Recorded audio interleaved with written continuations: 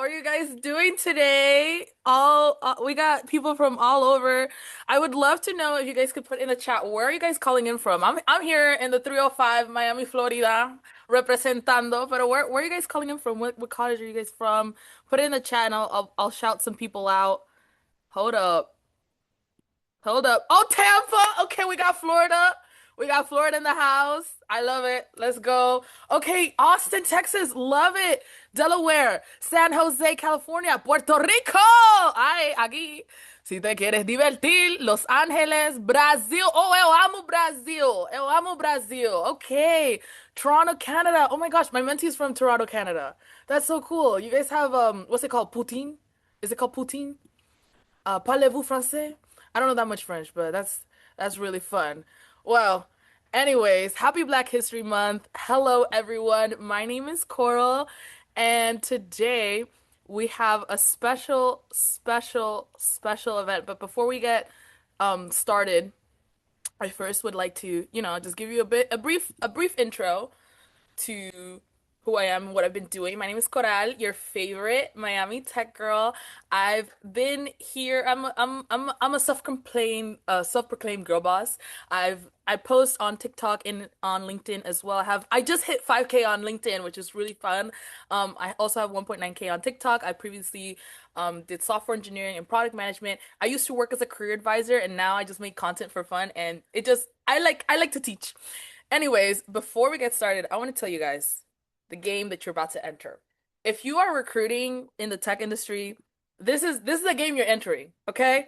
It's called Get That Offer. Ladies and gentlemen, this is Get That Offer. This is the game from when you start freshman year where you are competing against all of your ambitious peers so you can get that offer. And in your undergrad, you're going to go through so many obstacles, whether that's interview prep, dealing with campus organizations, crashing out and studying and leak coding. But if you can get through these obstacles, you will too get that offer. And today, what we're going to do is first we have to, before we even get started with the interview, let's start with the mindset shift that you need in order for you to get through this game. I'm going to say something controversial. Please don't throw tomatoes at me. 20s and soft life, it just never went together. When you were in your 20s, you're running at the speed of light. You need to keep your foot on the gas. You need to keep showing up every day. Life will knock you down and it will try really, really hard to keep you there. Because unless you have that dog in you, you don't know what it's like to have that dog in you. When it came to that dog in us, we had that fight in us. It's this unrelenting commitment to a vision you have in your head. You don't know how it's going to happen, but you're like, I'm me, so I'm going to make it happen. One day, you'll look back and realize that you trusted yourself before you had proof. You chose growth over comfort, not because it was easy, but because your future mattered more than your fear.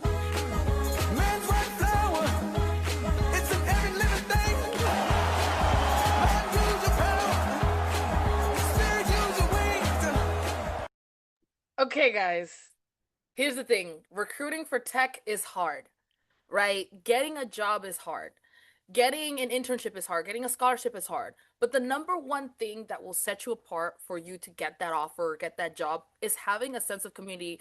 And I am so happy to announce that we have a very special guest, Jordan Dawson. Can we guys put some claps in the chat or put some hearts? Because this guy is like, he's a beast. And what we're gonna do is we're gonna spend the next the next hour just having a chat down with him on how he built his professional village from scratch. This guy, I'm telling you, he was an international student from the British Virgin Islands, and he came to FIU. He did the most. You think I'm a girl boss? This guy's a guy boss. He did the most, and he secured the Google APM. Okay, it was great witnessing it in real time, but now we get to chat with him for the next hour. So, everybody give it up for Jordan Dawson. Oh my gosh. Jordan, how are you? Hello, hello. Hi, everyone.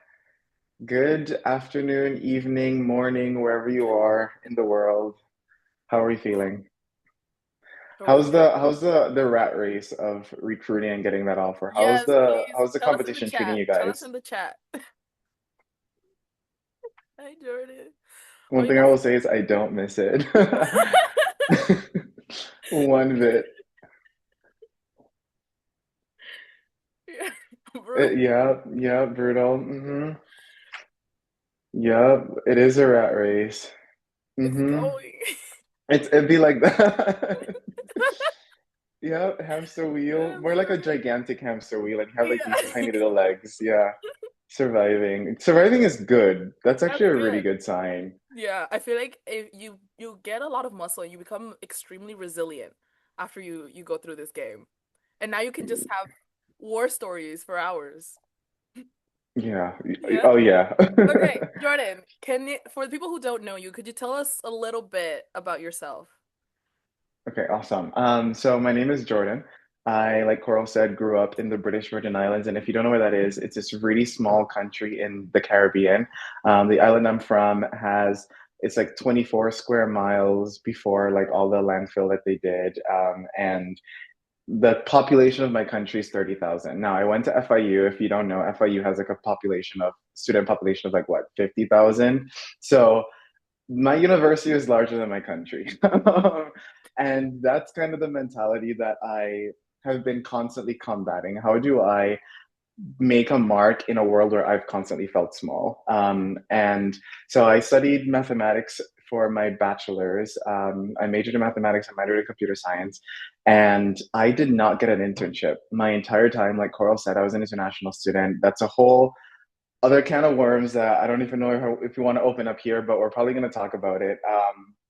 And because of that, I didn't secure any internships. But like Coral said, I just kept going and I found whatever it is I could find to keep me busy. And part of it, that's what we're talking about, building your community, and that's really what got me through. And I am currently an associate product manager at Google. I work on the Google Pixel phone, specifically on AI features, and this is a full circle experience for me because what got me into technology was looking at phones. I used to be the person that would go on YouTube and watch every single unboxing video because back home we didn't have like Apple stores, we didn't have like malls, we didn't have any of that. So any technology that was just released, I never physically touched it, never saw it in real life. And so I would just watch videos and videos about it. And like I could tell you every little detail about every mobile device that was like major at the time. And I never saw it. And to now be the person that's working on the features that YouTubers are literally talking about is insane. This It's been full circle. And yeah, at FIU, I was part of Init, which is this huge organization for tech students in Miami, but expanding. And I was also president of the Association of Latino Professionals for America, or ALPFA, if you're a part of that as well. And yeah, that really changed the trajectory of my college experience. So happy to start chatting about it and helping you guys get that offer because it's not easy. It's really not. No, yeah, and I love that full circle moment. I feel like I think me and Jordan, I think oh my God, Jude's here as well. We're all like something called first generation, as in like you come to the United States, it's you're the first in your family to go to college, to experience all this stuff. So we understand that feeling of like we don't know anything. Could you tell us, Jordan, what was the hardest part when you first came into the US? Oh, So back home, I used to think that I knew everything about the US. We have US currency, all of the TV, music, everything that I listen to is US based. Only thing like British that we really have is like the BBC, but that's like only on the radio, so never really pay attention to that. And so I thought that once I got to the US, I wanted to move here for so long. I was just waiting and counting the hours to come here. And when I finally did, I landed in Miami of all places. Now, Miami, I don't know if you would consider that the US because it's its own complete ecosystem over there. Like, I got off the plane and everybody's speaking Spanish, and I'm like, I love it, but did y'all drop me off in the right place? Because I had no idea Miami was so Hispanic. I just thought it's in the US, everybody speaks English, basic, big city. That was not the experience. And so naturally there is this amalgamation of US related things, but also like lots of Hispanic cultural infusion being mixed up. And so I was completely just out of it. Like I would go up to people and we'd have conversations and we're speaking the same language and I could not understand what people were saying. The cultural things, like everybody having a car at like what 16, that was foreign to me. Like I would show up on campus and like walk everywhere. People would be like, "Oh, where'd you park?" And I'm like, "Excuse me, like what do you mean? Where did I park?" And I was the person for a long time. Like my first semester, the culture shock was so real that in conversations, like I just looked like I was dumb. Like I did not know what was going on half the time, and people would be having conversations, and I would just be like trying to understand what your people are saying. Um, and you know it's really bad when you have to explain jokes to someone, and I'd Yeah. just be like, I don't get Do it. you feel like you're in America now in California? Yeah. Um, well, I'm not in LA. I feel like if I was in LA with all the Valley Girl accents, I'd probably feel like, I'm in America. But I just feel like I'm in this really cool, interesting place right now. Yeah. I feel like you're But only in yeah. like the hot spots in like the bubbles of the US, not the actual US. Exactly. But it took me a while to like really figure out what's going on. And another thing that's a really big culture shock for me. So on the island, like if you want to move like go somewhere, we Hmm. don't have GPSs or like addresses and like street names and all that stuff. You just say like, oh, just go by this landmark and then make a right and then you'll see a mango tree and go up the hill and then you'll find where you're going. And people here would be like, oh, this street and that street, and I'm just like, I don't understand. Like, I really don't get it. No, yeah, I can Yeah. completely agree. And before we go on a full, story time on your British Virgin Islands, I think one of the things that everyone remembers that first moment of that first person that changed the trajectory of your career. It's kind of like the snowball to avalanche effect. Could you tell us about that first connection, that first person, whether it was a professor, mentor, student, that really started that, snowball effect for you at your time at FIU or in whatever part of your career? Yeah, snowball effect is so real because it's I can't say it's just one person. It's like a lot of people back to back in the same moment. So kind of as I was alluding to, that first semester, like it was just pure culture shock for me. And so I was go to class, go back to my dorm, and I would not want to leave my apartment because I was like, it's too much. And so I kind of just had this mentality of I'm just gonna go do my classes, do what I have to do, and then get out. Um, but I part of my second semester I had to take programming one, and that's part of the math major degree, and that's what inspired me to add CS as a minor and even really consider tech as a career. Because I mean, obviously, coming from an island, you dream of it, but you don't actually think it's possible. And so I had this professor, everybody's gonna know, Richard Whitaker. He was my programming one professor. Coral's gonna go crazy. Richard changed the game. He really showed what it was a programming one class. One, like you're not doing anything crazy. Just like for loops, while loops, the basics, functions, and the way he would explain the importance of everything. Like he was talking about how if you don't code pi correctly and you need to use it in some calculation to send rockets, the whole world could explode. Like he made me realize like every line of code that I write is important. And it was very interesting because at that time it was this was before ChatGPT, so we still coded like, with our minds. Um, and it was just in the right time, right before AI started to blow up and ChatGPT became a thing. And so I think getting that last experience of thinking through code and understanding the importance of it instead of just, okay, whatever the agent says to do, and you just plug it in and like connect things to make something happen. That was very important for me. And at the same time, in it was having their orientation that semester, and I went to the first meeting. And let me tell you, this is my plan. My plan was I'm gonna show up because I'm a math major. That's like full of CS majors. I'm like I don't belong here. My plan was to show up, sit in the back. When it's done, leave and don't talk to anyone. That was exactly my plan. And it kind of went out like that. I didn't sit in the back, I actually sat right next to the speakers, but I didn't speak to anyone. And the minute was over, I left.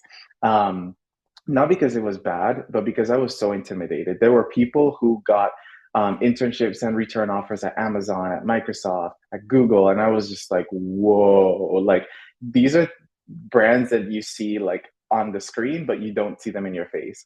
But I said, you know what? I'm gonna come back to every single meeting. I'm still gonna sit in the back. I'm still not gonna talk to anyone. But the fact that I'm there, I have to learn something. By the end, I have to learn something. Um, Not too long in, I eventually, spoke to people and really got a big part of the community. But another name I have to shout out, Armani. Why is Coral's gonna go crazy? But he was an international student from the Bahamas, so very close to my country. And he got an internship at Amazon and got the return offer. Now, if you're an international student, that is gold. So I was like, okay, once I had been around these people, I was like, okay, I'm gonna commit to this. But honestly, like Coral said, it's a snowball effect. It just takes one person to unlock that door, and then another person to say like, hey, it's possible, and then another person to be like, yeah, it's really possible, and then you're locked in. So that's what it was for me. Yeah, for those who are not familiar, I know a lot of people think that like Miami is like an underdog and just a party city and just a place where people vacation. But as someone who has grown up in the Miami tech ecosystem, Jude's part of the ecosystem, Jordan's part of the ecosystem, Ashley Prado's here, guys. Anyways, what I'm gonna say is that Miami is very underrated, but here at FIU, we have such a great technological community called In It, and it's been here for the past 10 years, and we actually host a hackathon every year for any student from all over the US. And this year is going to be our 10th anniversary. So if you guys want to experience a little bit of that Miami spice with really crack kids, I guess if I were to explain it in a movie, like FIU computer science, yeah, it's open to anyone. FIU computer science is like crazy rich Latinos. That's what I would call the movie. It's just like a bunch of rich Latinos that have turned Miami like upside down, and now Palantir's actually moving their headquarters to Miami. Mark Zuckerberg just bought a home here in the 305.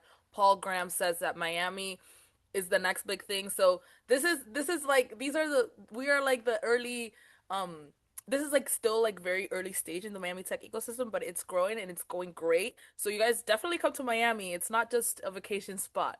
Um okay, so obviously in Miami and FIU computer science, you're gonna meet all kinds of people, right? You're gonna meet your buddies, you're gonna meet people you're gonna meet from time to time. If someone who's not in the, beautiful FIU computer science department, what are the types of people that they should have in their professional village? Hmm. The people that stop at nothing to accomplish their goals. And this is so important, especially as you have ebbs and flows in your own journey where you're not getting the internships, you're not getting the offers, you're having your down moments, and you're seeing everybody else get theirs. I remember in my programming one class, like the people that I helped, like they write their code, they got internships like Amazon, Microsoft, far before me. And I think having people like that in your circle and understanding that everybody's journey is different. And so you can't compare your stick to their stick and get jealous when you see them going on, or be bitter when you see people really getting the offers that they got, even though you know you're capable of doing it as well.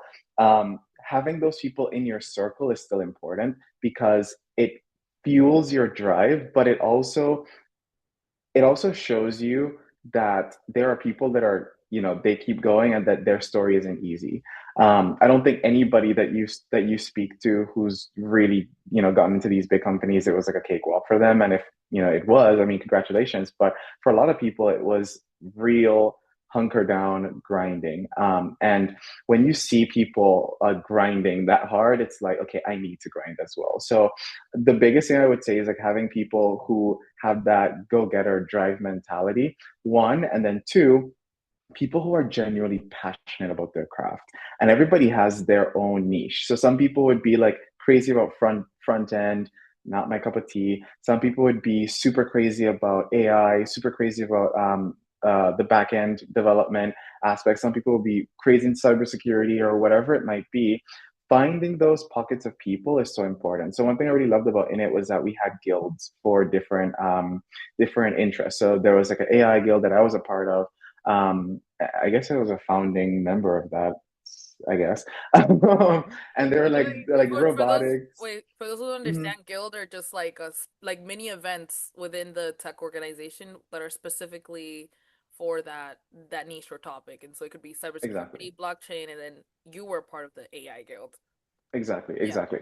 And being part of those environments where we're all sharing the same interest and we're looking at research papers, and this was prime time because this was as AI was becoming a big thing. So like every week there was something new to discover together, and like having people that have that same passion as you and and can teach you things that you didn't learn. I'm telling you, I would not know half of the things that I know now without those people like being on the edge of every news article that came out and then bringing it to the guild and making me aware of it. And so that really, really helped me. So two people that you definitely want to have in your corner. One person who has that drive, regardless of how successful they are, whether they got the internship or not. Having that person who's continuously getting back up on the horse and like pushing you as well to continue, and then people who you can share your interests and your passions with, because that's just only going to further your own learning and your own growth.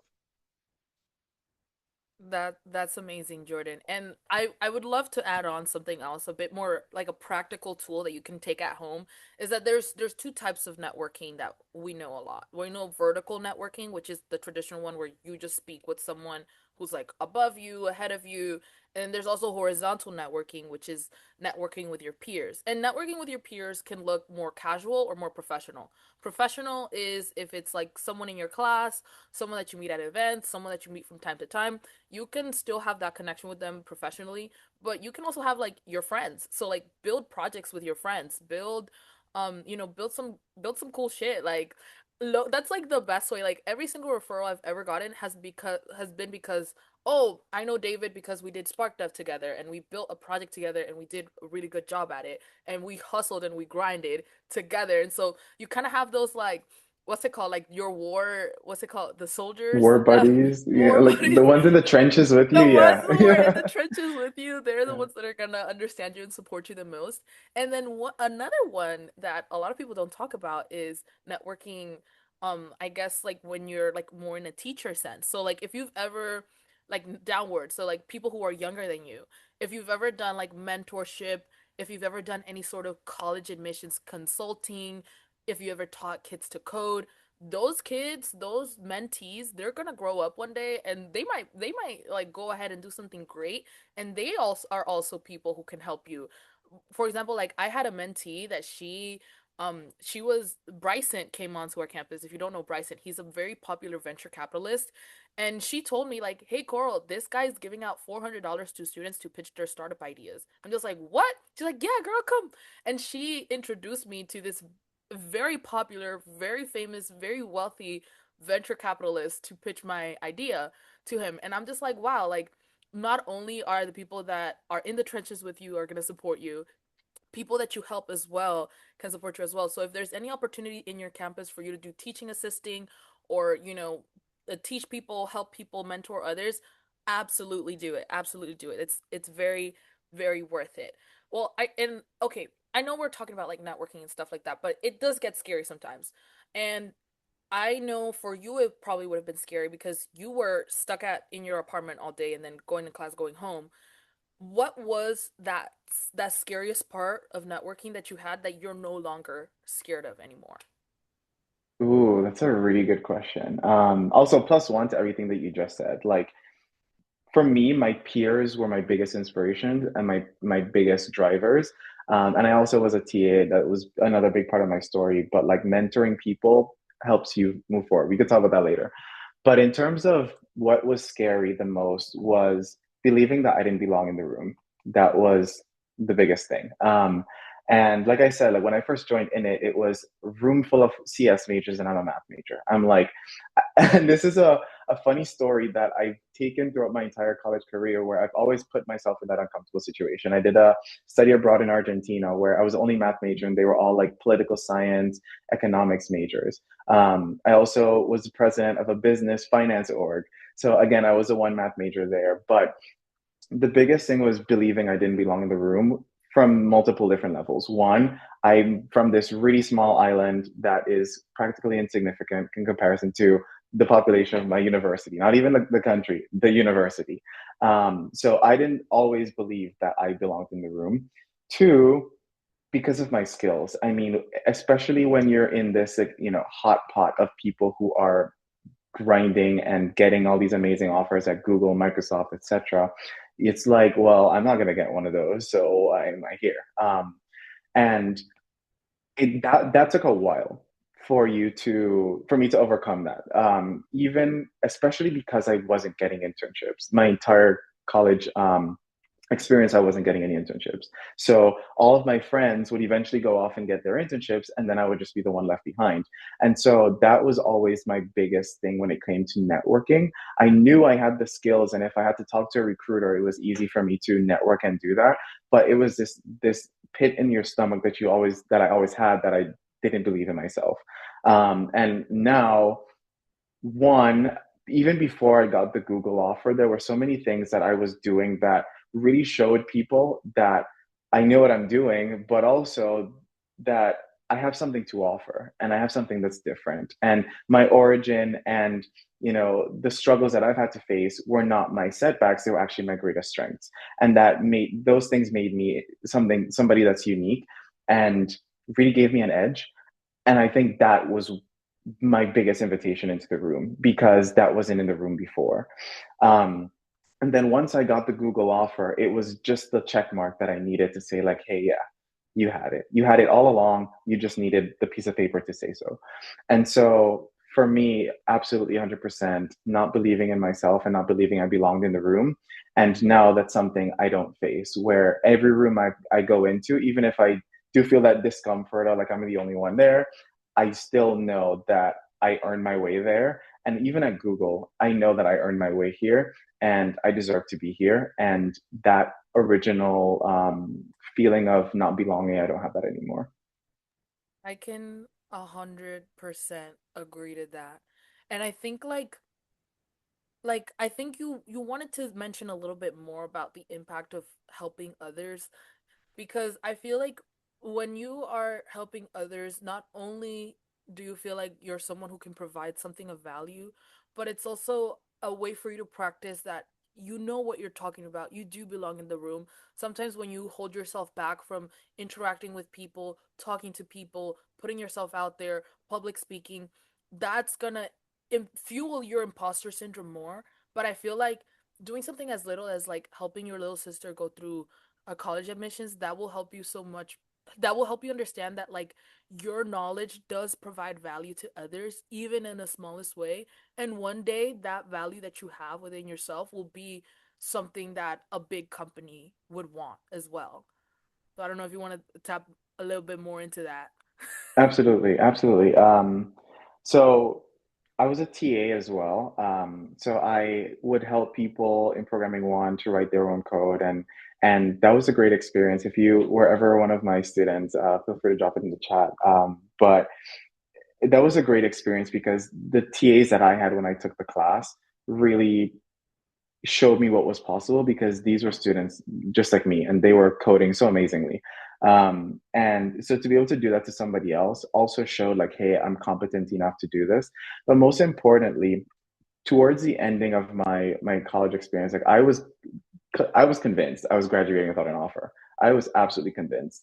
And so after a while, I kind of gave up, and we could probably talk about that later. But I instead pivoted from, okay, let me just continue the rat race of trying to get my own offers, and let me just help people get their own offers. Because trust me, when you've been through the ringer, you've made all the mistakes, and you've fallen in all the pits, and you can point them out to other people. And so especially being president of my own organization, that gave me the mouthpiece to really help people one on one. And I would help people get offers at Microsoft and all these, and like especially banks and stuff, because that was it was more finance oriented. But I would help people get these offers, and that for me was the what I got content with. I was like, I'm just happy that I could use the knowledge that I've amassed to help somebody else. And I at no point did I think about myself in those moments. But the good thing is that when you give more to others, it does come back around. And my story with Google is it's so interesting, but I did not expect it to happen. And I was completely surprised when it landed on my doorstep. And it's because I spent the time really helping others and giving back before even thinking about myself. And it's important when you can teach someone something, because not only does it help you understand how other people learn, but it also helps you learn better. Like I was a TA for math as well, so I would help people learn math. And like a lot of people have this really strong aversion to mathematics, especially if you were told like you're not good at this, or you believe you're not a math person, whatever that means. And so I would go into the classes, and I would like sit with the student. I could like analyze, depending on what major you were, your level of frustration, maybe your experience with math before, how I could help you see what you're not seeing. Because I also have my own journey with math where I had to learn it, and I also went through those same frustrations. So I know what the pitfalls are, and I could help you get to the enlightenment stage a lot quicker. And so when I would teach someone, I see it as like a beehive with different combs, and each comb is a different person. And the way you get into that hive is by going into a different comb and meeting the people where they are. And that's teaching. And using that helped me understand subjects from different perspectives that I had never thought of, because maybe I understood it one way. But that helped me so much. And again, if you take away anything from that, is when you give back to others, it does come back around. And I really would not say I have a Google offer if not for giving back to others. And there was a couple questions I wanted to ask you, but I feel like given the time, I do want to give you that moment for you to tell us your Google story. Like even he's a campus celebrity, guys. Like FIU talked about him. And because I saw it in real time, like the whole trajectory, I felt like, whoa, this is a great movie. So for those who have not experienced it, could you share us how did you get your job at Google, and how did your professional village, in a sense, um play a role in for you to getting there? Absolutely. So Google, because I guess FIU was just really blowing up in terms of this tech community. So Google had been coming to campus for a while. And if I had gone to two shell hacks and Google was there, and like everybody else, I stood in the long lines, and I, went up to talk to them and built some really great connections. Like I, looking back, like by the time I even reached to Google, like I had so many people that I knew who worked at the company. And that's, just being so fortunate to have been exposed to them. But what's funny is the first time Google came on campus, I actually refused to go up to them because, again, I didn't think I deserved to talk to them. So I think all I did was I went to the table, I did like a little Android thing, and then I left. Funny because now I'm part of the Android org, but I refused to speak to them. And so fast forward, I knew very early on I didn't want to do SWE because I'm the type of person that I want to be involved in everything. I want to see every aspect of a project come to life and not just be, in a tunnel vision into one thing. And so I knew that product management was something that I wanted to get into, but I just didn't think I could do it because I was given the only 45 people in the world get this offer a year. So good luck, but chances are you're not going to get it. And so I just put it to the back burner for me. Um, and I also knew because I was an international student and there were some very strict restrictions. So if your major is math, for instance, like mine, I could only pursue an internship or a job that's related to math, right? Whatever that means. And so I just knew I wouldn't be able to do product management. So when it was my last semester, I was like, okay, the international student office, they can't hold me back because I'm graduating. I don't have any offers, so I don't have anything to lose. And so I applied to Google APM. And at the time, on the application page, it actually said, if you're an international student, don't apply for this role, apply for something else. And it was around the time of the election, so things were kind of um, things were kind of interesting then. But I applied. I was honest on the application, and I forgot about it. I closed the book, and for me, it was like checking off the checklist because I never applied to the program before, and I was like, let me just apply just to say that I applied, and I applied and I moved on, and I focused completely on my organization. I grew this club and like created a really amazing community, and I actually ended up getting another offer, my first ever offer at a bank, to do quant, which, if you don't know, it's basically the mathematicians that create like the financial models that's used in like stock trading and stuff like that. I knew I didn't want to do that, but I was like, okay, let me just use that as my pivot and eventually get into product somehow. Um, and I promise you, a week after signing that offer, because I didn't think I was going to get any offers, Google got back to me and they were like, we're ready to interview you. And honestly, my first reaction was, no, like, leave me alone. Like, I've been through the ringer. I finally have an offer. I am not going back in this race. Like, I am done. Um, but I was like, okay, I've never had an opportunity like this, and I may never ever get an opportunity like this. And so I would do myself injustice if I didn't go all in and at least try. And I had never done any product interviews, any product experience. I had no internships. Like, I was just so out of my way. And this is where the community came in, because I went to people like Coral, who was able to give me amazing advice that honestly I think got me the job. I went back to the Init community members who had done like product management before and had done interviews. So there was this PM who worked at Microsoft that I had met when I first joined Init, and I reached out to him. We did my first mock interview, went absolutely terrible. Like, we had to stop. He was like, please stop. This is not going well. And my interview was the next day. My first interview was the next day.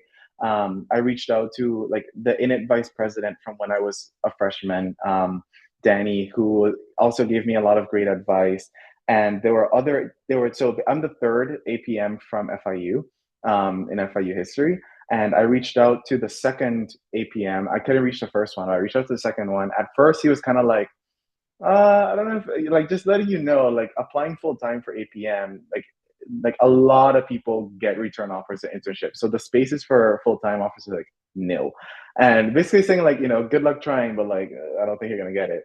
Um, and eventually, he became one of my greatest supporters to get into the program. But that's when I really had to rely on my community, because I was so like, every disadvantage, and I wrote it down, like every single disadvantage I possibly could have had, I had. I wasn't from an Ivy League school. I didn't have internships. I wasn't an intern at Google before. I never did anything product related. I wasn't even a CS major. Like, whatever you could think of as a disadvantage I had. But this was what it was in my mind. I knew I had the natural capabilities to do product. I just didn't have the whatever it was on my resume to prove it. But I had been president of this organization, and running an organization like you are basically being a PM, because there's so many different moving parts and so many cross-functional teams to manage. And that was like okay, I could do this. I just need to prove it to them. And honestly, sometimes you just need to get in the door. But again, like I told you, that idea of I don't belong here, it sticks with you. And so before every single interview, I promise you, I had a meltdown where I was like, I'm not going to be able to do this. I can't do it. It's going to fail. And that's when I reached out to my community. I would reach out to my friends, and my friends had seen me go through and just get doors in my face, doors in my face, doors in my face. But they knew I had something. And so they gave me the motivation to be like, no, like, you're amazing. Please, you could do this. This is easy for you. And that I took that into every interview with me, and I had to do it every single time, because that's how much I did not believe in myself. And there's another mentor, and we talk about our village. His name is Robert Hacker. He is the head of startup at FIU. And he was like a mentor of mine. We would meet weekly, and we'd talk about anything from philosophy to physics to whatever it was, just shooting the conversation, whatever came to mind. And so when I got this offer, and I reached a stage where I had to create this like presentation about a product, and I went to him, and he was like, "Oh, why don't you just present this idea in front of my freshman entrepreneurship class and see what they think?" And I was in the middle of creating this product, and I was like, "It's not ready, but sure, I can't say no. Let's go in." And I pitched this product, and those freshmen grilled me. They were like, "Well, how much money do you need to make to break even on this?" And I'm like, "Guys, it's not that serious. It's just for an interview. Like, I'm actually making a product." Um, but I got some really critical advice that honestly I think helped me refine that part of the process. But it was always the people that I had to go to because I had been pulling people up for so long, and I had just slowly dwindled in my own self-confidence. And so all the people that I had brought up were able to pull me up to get me to this offer. And so when I went into my last interview, like again, I had a meltdown, and I I decided, I was like, I'm going to use every last ounce of strength that I had, because by this point I had given up on internships. I was so over it. I finally signed my first and only offer. I was like, I don't want to do this anymore. It's my last semester. I'm president of an organization, and that's like, I have to graduate. Like, there's so many things on my plate right now, and I was like, I'm just going to use my last ounce of strength to just go into this interview. And I went into this interview, and when it was done, I felt peace. I was like, I have completely given me everything. And I think that peace that I felt was also the signal to say, like, hey, you got it. And eventually I did get it. And when I got it, I was sharing my story with so many people at FIU. I shared it with my club, and this was probably the best moment of my life. But every single person in that room stood up and gave me a standing ovation, because not because I was able to get into Google APM, but because they knew the journey, and they literally saw where I started to where I ended. And they know that I didn't just do it on my own, but I brought so many other people up after me. And that's the story in a long shot of Google APM. But yeah, it was quite the journey. No, yeah, Yeah. I think you just had to be there. You just had to be there. I know we have a lot of kids from like all over the United States at different schools. Um and I know that sense of community is very different in other schools, and there's a lot of like difficulties that happens when you're building community. I'm sure you've met other people who have gone through different schools. You work in your job, you probably meet people who went to other universities, probably in conferences, etc., etc. What advice would you have for people in terms of like handling the difficulties of building a community? That's a really good question. It's interesting because not everywhere you live, you Mm, have the opportunity to mm, build the community that you want. Like, I was very fortunate to be in Miami, and funny enough, I Miami was not my first choice place to be.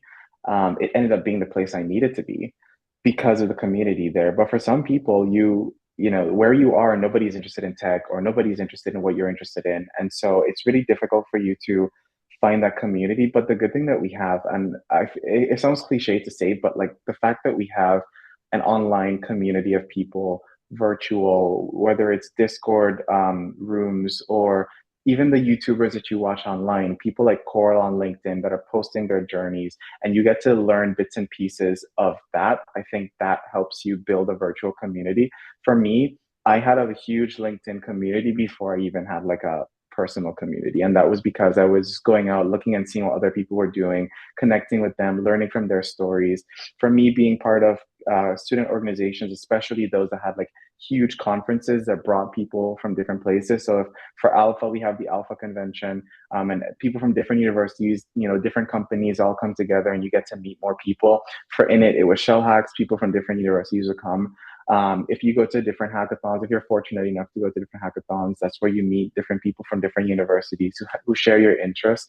But never take advantage, never take for granted the virtual space that you have, because that's where you can find those like-minded individuals that you might not have next to you, and to overcome the difficulties of building community. It's a two-way street.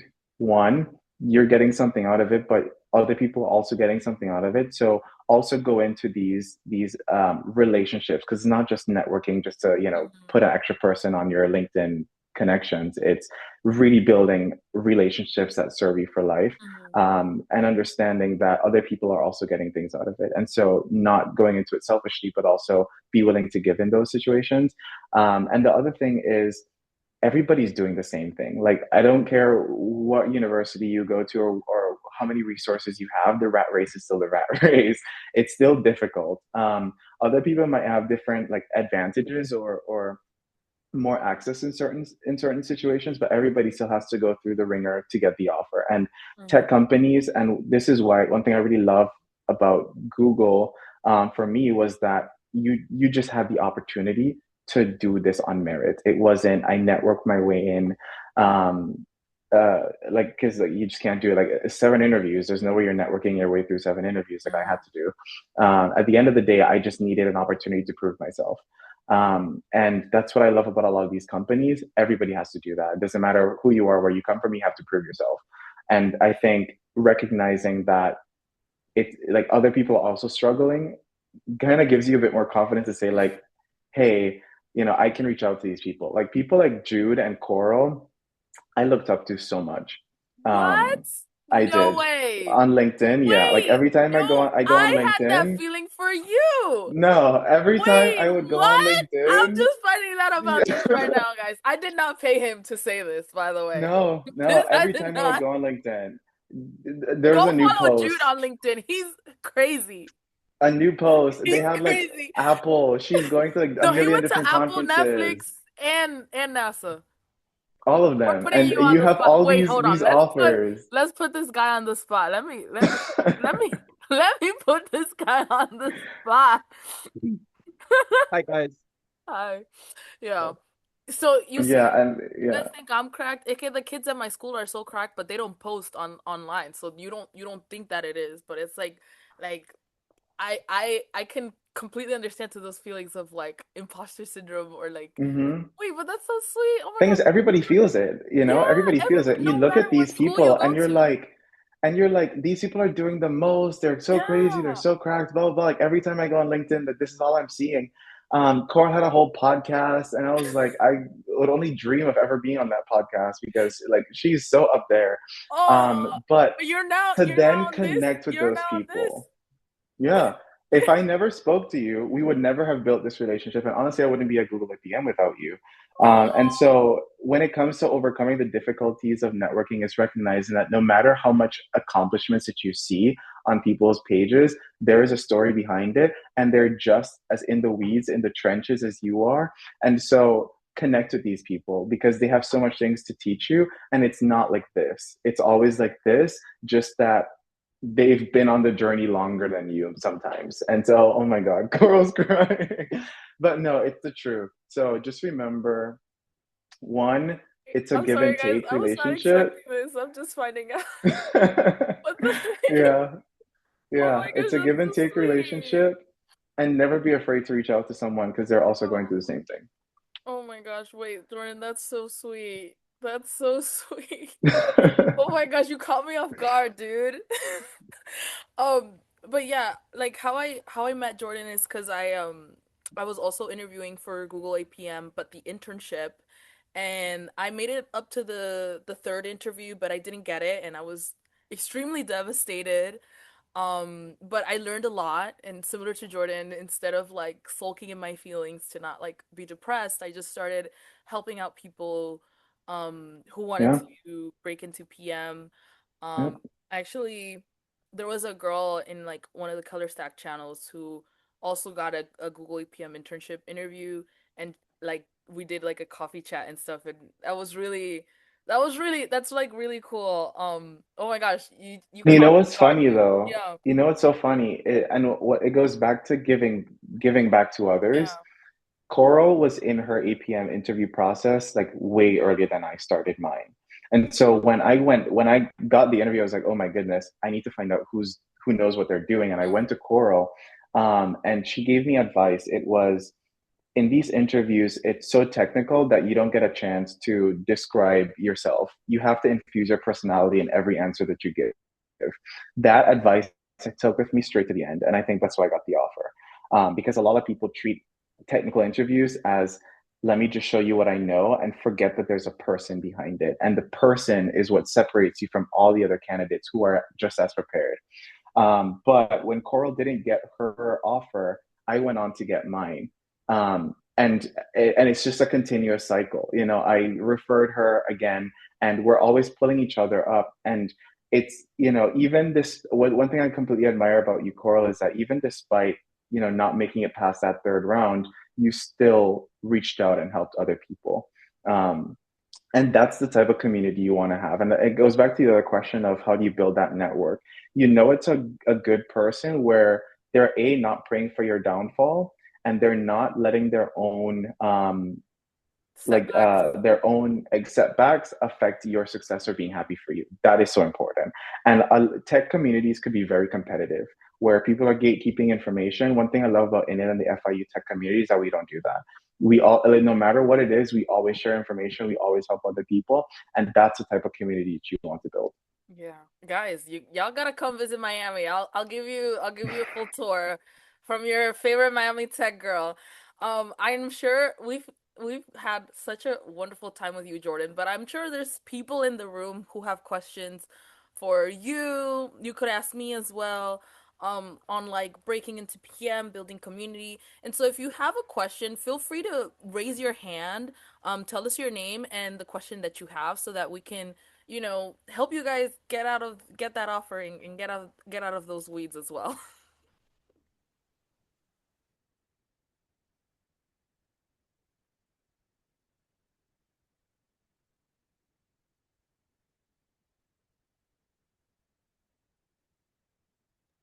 Don't be shy. I promise I don't bite. Guys, we don't bite. We don't bite. We don't bite. Okay, Aaron. Aaron, See, I like Aaron because even though this is scary, he took the chance to, put himself out there. Hello, y'all. Can you hear me all good? hmm Cool. Well, thanks for giving me the chance to speak. And I appreciated hearing everything so far from both of y'all. And one thing that stood out, especially because I am also pursuing kind of something in PM, and I also interviewed for Google's APM internship, and much like World did made it to the third round, but didn't get it. I liked your y'all's point of like imbue your personality in your answers, because I also felt that, like sometimes I feel like I could be a personality higher, but I didn't get the chance to to be that for the APM internship. So I'd like to like hear maybe an example of that, or like yeah, an example of like how do you showcase your personality within a technical question. Yeah, the biggest way you could do that. So for me, if I had to describe my personality, it would be I am very communicative and I'm deeply thoughtful. And so in every answer that I gave, I wanted to show that I am like the way that I think, because the way that I think, nobody can replicate that. And so I would just literally talk out loud. And it sounds so like obvious, like that's kind of how you treat these type of interviews. You have to talk out loud, but I would really do that and like consider every possible alternative. And I would go into the interview with my like nice personality and just talk to the interviewer like we're friends. Like I'm not just sitting there waiting for them to ask me questions. It was a give and take. And my best interview, it got to the point where the interviewer was so invested in this conversation. He was like, "Oh, we could do this as well." And I was like, "Yeah, we could do that too." And it became like this back and forth conversation that it was like we're just friends and it's not an interview. My biggest advice when it comes to interviews is if you can remove that, I know it's scary, this idea that you're in the grilling chair, because you're not. You are just having a conversation. You're a person and they're a person. And if you treat companies, interviews, or even like recruiters that you network with as like this and you're here, then you'll never reach that flow state. And so without doing like a specific technical interview, because I don't know if you guys want to see me interview on the spot, like if your question is something that you're really passionate about, or that show the passion in it, like really show them that I love this interview, like that question, like even if you don't understand the question, I would always say like, wow, that's a really interesting question, I'm really happy to explore it. And it's not just like, okay, begin framework 1 through 5. It was like, I'm really excited to do this. I don't know what the answer is, but I love not knowing things. Let's explore it. And that was a personality that I showcased. And that's different than just following a framework and getting an answer, because the whole point of the interview isn't to answer the question. The point of the interview is to understand who you are as a person and how you think. So, yeah, great Yeah. question, though. Okay, Aditi in the chat said, could you please tell more about networking strategies you might have used when reaching out to recruiters or hiring managers that would be really helpful? Yes. Twofold. So if you go to like a career fair and there's like a long line of people also waiting to talk to a recruiter, you might feel especially if there's like a really long line, you feel like, oh, I need to take my 2 minutes and then give this elevator pitch and leave. I'm gonna give a really hot take. I don't believe in elevator pitches, because when you do an elevator pitch, you give this robotic, hello, my name is, this is my major, this is my school, blah, blah, blah, blah, blah, information that they could literally find on your resume. Instead, remember that you are a person and you are memorable.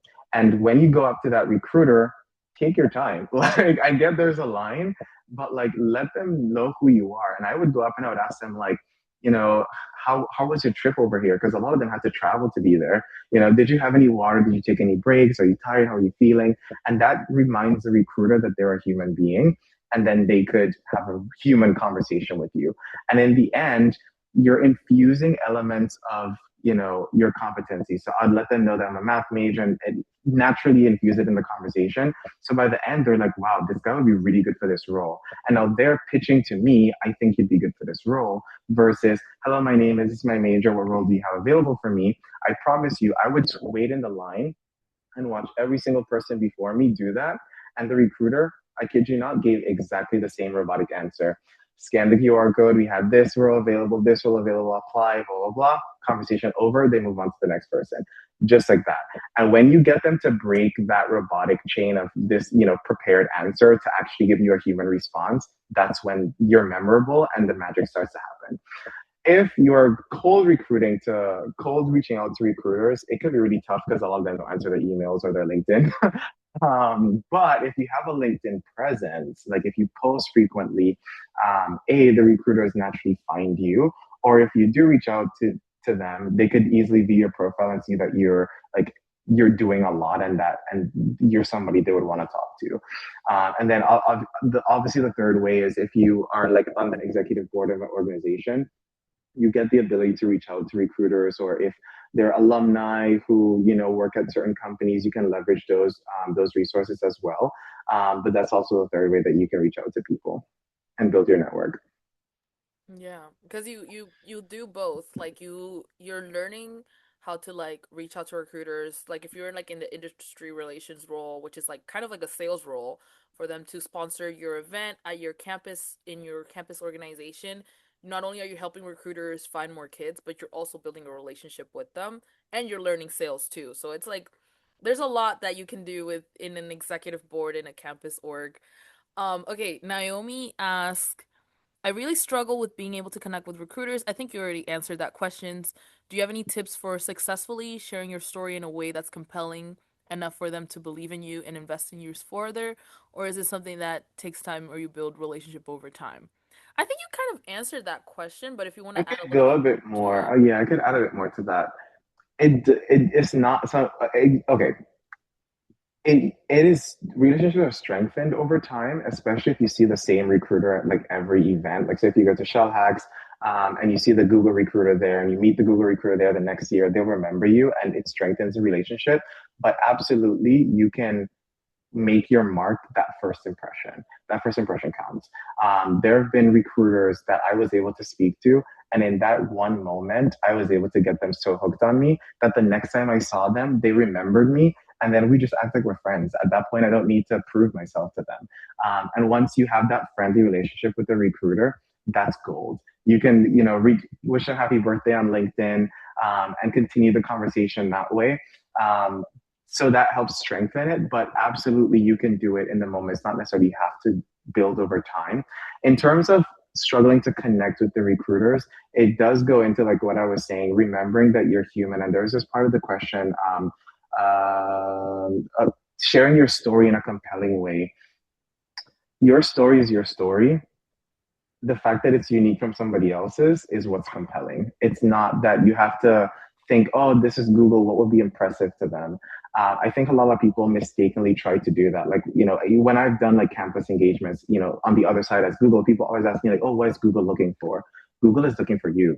Like, if we were looking for this one thing, we would hire the same exact person for every role, and nobody wants that.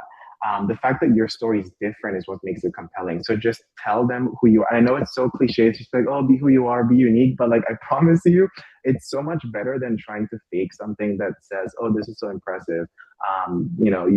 This is what's compelling. No, the fact that you have a story, no matter what it is, no matter what struggle you went through, maybe like Coral was saying, like you just helped your little sister get into college.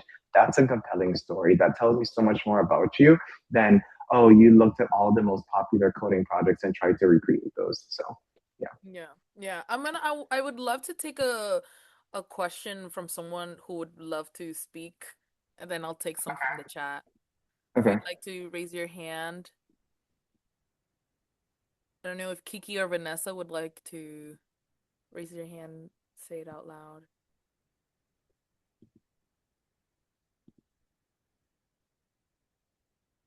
Okay. Okay, Raj. Okay, Raj. Okay. Can you hear me? Yeah. Yeah. Awesome. So I think right now, like everything is going AI, right? And the things that's been on my mind is like in kind of the work that like I do as well on a daily basis with my classes, there are elements where we can leverage AI, but it's one of those things where like I don't know how to feel about being like if I'm too pro AI, it looks like I don't really have an opinion on anything else, right? But if you say you don't want to do anything with AI, from a tech perspective, it feels like because they're all pushing AI. So how do you balance being pro AI without kind of not having like, but still being personable, showing a personality? Because I think Mhm. if you go way too far with AI, you really let it overrun you. And so, how do Yeah. you do a good job of balancing the two without coming across as anti-AI or not for AI? Yeah. I actually think there's two elements to that question. I'll answer the question you didn't ask first, which is when it comes to AI, you want to use it and leverage it as a tool, but also be competent and be able to do things without AI. So it's one thing to say, like, I don't need AI. I use it to make my life easier and more efficient. That way, you're still pro AI, but also not completely against it. But even if you had to live in a world without AI, you're stuck on an island, with no internet, you can't use AI, that you're able to get things done. So I think being able to, and this goes for everyone, like carving out your own capabilities, irrespective of AI, is important. Now, for the question you did ask about, the perception of being too for AI or too, or like having not having a strong opinion, I I'm the same. I don't have a strong opinion against AI. I am wary of certain elements where it's like, okay, I'm still a human being. I still know what it feels like to have this aversion. But for the most part, my approach to AI has been it's going to blow up and it's rapidly changing. Let's dive into it and see where the faults are. You can be afraid of something because you don't know it. And this is so important. And I didn't come up with this idea, but people are most fearful for things that they don't understand. Um, but if you go into it and understand something, then you know, okay, where it's great, but you also know where it's bad. And that's how you develop the opinion of saying, yes, I love AI and I love to use it for X, Y, and Z, but I know that these certain elements are things that maybe should not be the case or I'm not so comfortable with. That's the best way to do it. Honestly, when you look at like every revolution that has happened, the technological revolution, the industrial revolution, there was always a naysayer and people always like, oh, it's going to take our jobs, it's going to do that. In the end, history ebbs and flows, the pendulum swings, and the fear that was there in the beginning, but eventually becomes the norm, and then something new becomes a fear. And so I think in terms of balancing that, being passionate about AI is not a bad thing. If at anything, it makes you more informed, and that's the only way you develop an opinion. You don't have to, follow what everybody else is saying because they're projecting their fears onto you. You don't have to regurgitate that. It's much more better for you to go into it with an open mind and see, okay, what is it doing? How can it improve my life? And what are some areas that are too gray for me that I don't appreciate? And that's how you develop the opinion. Okay, I know Kiki, thanks so much. You wanted to ask a question. I'm gonna ask you to unmute. Hi, everyone. I'm Kiki. So I actually have a few questions, and one of them is for you, Coral, and you, to Jordan, and anybody else who can chime in. So I know you said earlier in the Zoom that you were a recruiter. Is that correct? Oh no, girl. Oh, I thought you said you were a recruiter. No, I'm okay. I'm an artist and I'm a Oh, showgirl. I used to be a theater kid. And if you were in FIU in the past 4 years and you've seen me in real time, I used to work as a career advisor. oh, that's what it Um, was, career I advisor. used Okay. to, yeah, make educational content on LinkedIn, and I Okay. also love to yap. So that's why I'm doing this.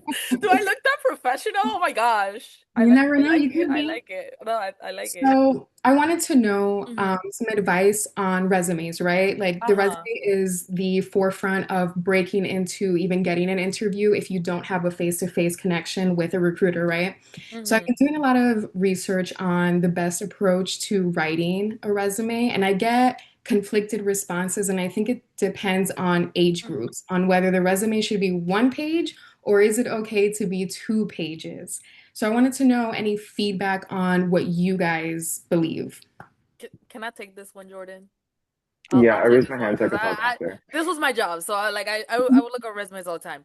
One page, Jake's overleaf, Google XYZ, bold metrics on the projects that you have. I actually did a workshop last week on how to make a resume that recruiters love. I am happy to send it out to all of you, the Yeah. slide deck of every single thing, because there's a lot that goes into it. But just focus on adding, if you don't have any internships, add projects and add impact projects. Impact projects are projects that you do that solve a problem in an area or a solution, something that showcases leadership, something Bring that it passion. showcases that you know what you're talking about. So like it could be that you could do a website that's like just a simple website, or you can make a website that's helpful, and a website that's helpful, that has users. Those are the kind of metrics that you want on your resume. So anything that provides results. So that's why people join campus organizations and serve in leadership. That's why people do teaching assisting. That's why people build projects with people. So that could give you your starter resume so that you can get your first internship. The more internships you have, the less projects that you add onto it. There's a couple more things. But I will be happy to send you that the slide deck. And I forgot to mention this earlier, but since we're almost at the end of the call, but I have a whole list, like a full QR code of a bunch of resources for tech students. So that's like internships for all freshmen, sophomore, junior, senior, um resume, LinkedIn tips, and like just a bunch of programs that you guys can apply to. So I'll be sharing that. I know. Okay, Jordan, I know you want to add your 2 cents. Yeah, my 2 cents in regards to that, Kiki, it's that every single person has their own thoughts on a resume, and you're going to have to balance what different recruiters say. Different recruiters will give you completely conflicting information, but here's what it is. It has to be one page because you're early in your career. If you talk to somebody who's later in their career, they're going to tell you multiple pages. Reason being, when they move different careers, they want to show the depth of work that they've done, and really go into detail on their experience because they're being compared on experience. When you're applying for something entry level, nobody's judging your resume based off of experiences because obviously the amount of experiences that you can have as an entry level person is very, very limited. And so what they're looking for just keywords and signs to show that you would be a good fit for the job, to move you into the interview stages where you then prove yourself.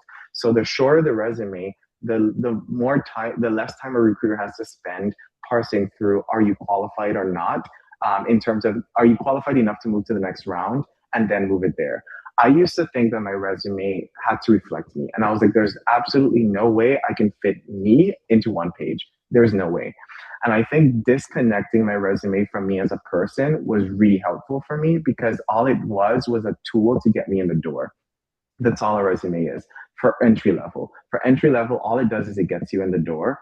And once you get into the door, that's when you really prove yourself and talk about the wealth of your experiences. But you won't be able to do that if your resume is too long and the recruiter doesn't feel like sitting there with the time and reading through all of that. And then another thing I want to point out is the difference between a resume and a curriculum vitae or CV. A CV talks about all of the length of the work that you've done, and those are customarily multiple pages. If you do research or you have a really technical role with lots of certifications and stuff, it naturally makes sense for those to be longer because they typically ask for a CV. If it's a resume for entry level, one page, put the most important information that catches people's eye on that one page, get in the door, and then expound upon it. But that's my advice. Okay, guys, I know we are nearing the end, and I know you guys have so many great, amazing questions. I tried to answer some of them in the chat because I know we couldn't get to everyone. But I do want to, the number one thing, if you don't have like the beautiful FIU community, FIU 305 representando aquí, if you guys are not gonna take a flight to Miami, it's okay because you can also learn a lot virtually on LinkedIn. I know LinkedIn sucks. I've heard it like hundreds of times, but it's okay because you can try my website, Fix Your Feed. You will literally find the best content creators for your career goals. So take a screenshot or go to www.fixyourfeed.com. And if you give me feedback on the app, I might do a one-on-one call with you because I literally have like 300 invitations. But if you can take the quiz, give me some feedback, I'll hop on a call with you and we can dive more into it. Now that you're done with that screenshot, I wanted to share with you guys as well. If you're a campus organizer or student leader or you want someone to yap in your university, feel free to email me. I love to yap, I love to help people, and I also want to practice public speaking. And if you scan this QR code, you can find a list of resources specifically for you. And yeah, if you want Miami Spice in your city and you want to learn a lot, book Coral Miniel, your favorite Miami Tech girl. Okay, guys, this was amazing. I'm gonna stop sharing because I hope you guys all send that. I'll also send it in the email. If you guys would love to put your camera on, I'd love to do a group photo because this is our third event for Black History Month, and then we'll do the last one, which will be next week. Oh my gosh, February's flying by, flying by. Let's do a group picture. Y'all want to take your cameras off. This is gonna go on LinkedIn, y'all. Like, this is gonna be amazing. Oh my gosh.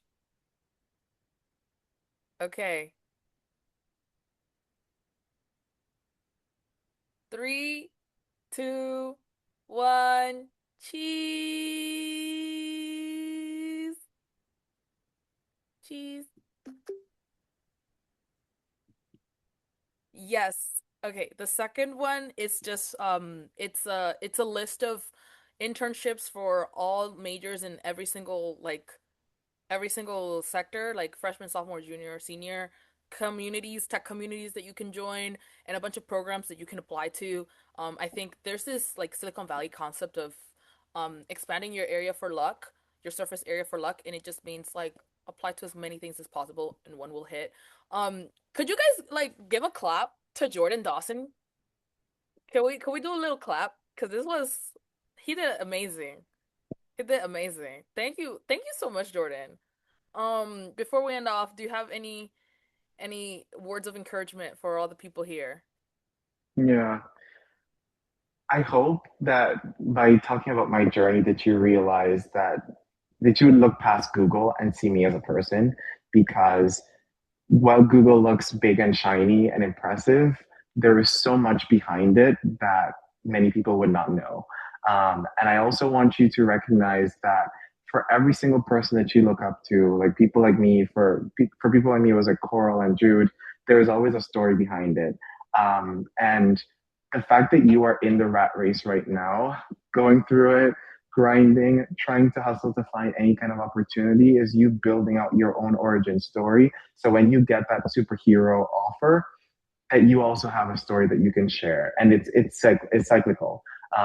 somebody inspired me, and now I'm inspiring you. And I hope that you're able to take that on to when you get your superhero offer, you can then share your origin story and keep the cycle going. And that's the only way we get to really help everyone. And yeah, I just thank all of you guys for just the fact that you took a time out on a Saturday to learn and grow in your career is so impressive. You're already way ahead of other people who are not taking it as seriously as you. And I just commend you guys to keep going. There are so many times where I wanted to give up and I did give up.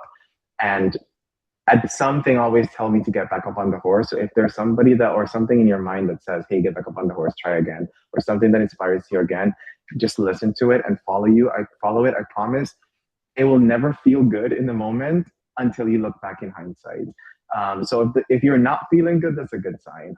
Good luck, everyone, and I hope you all get amazing offers because the world needs more of you guys. Yes, yes, get that offer. Woo! Super excited. I'm gonna send all the links right after in a email. Love y'all. Bye. Yes, I'll send the recording right after.